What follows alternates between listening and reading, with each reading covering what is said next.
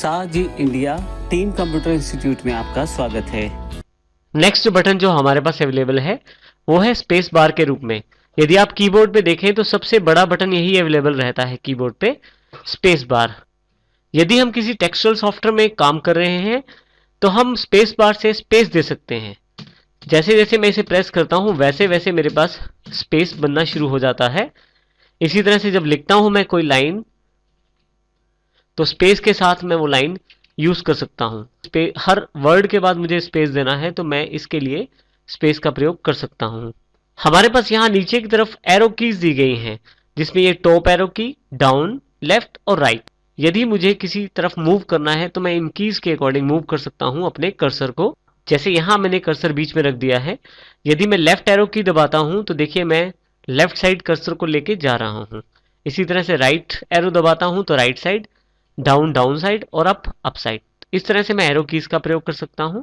Next की है insert के रूप में।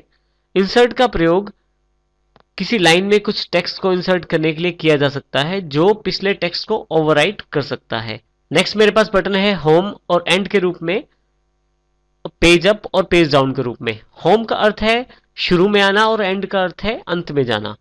जैसे कि यहाँ पे मैंने यहाँ कर्सर बीच में प्लेस कर दिया है। जैसे ही होम बटन प्रेस करता हूं तो लाइन के बिल्कुल शुरू में मेरा कर्सर अवेलेबल हो जाता है।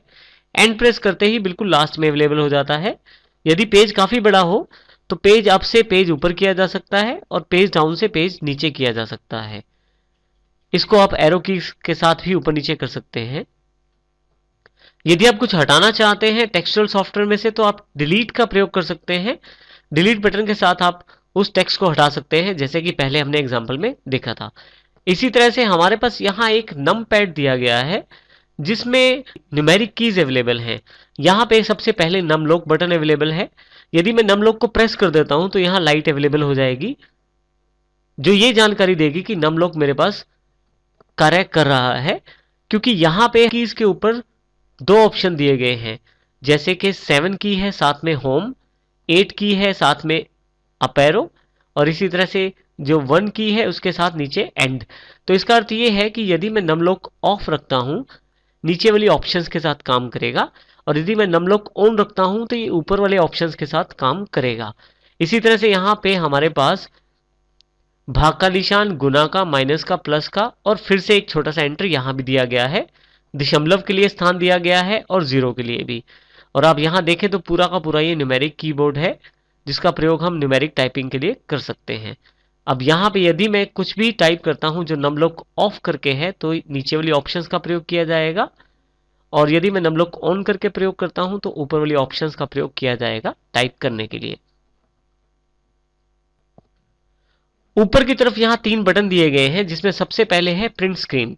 यदि आप अपने स्क्रीन से कोई कुछ पिक्चर चाहते हैं तो आप प्रिंट स्क्रीन का बटन प्रेस करके उसको ले सकते हैं।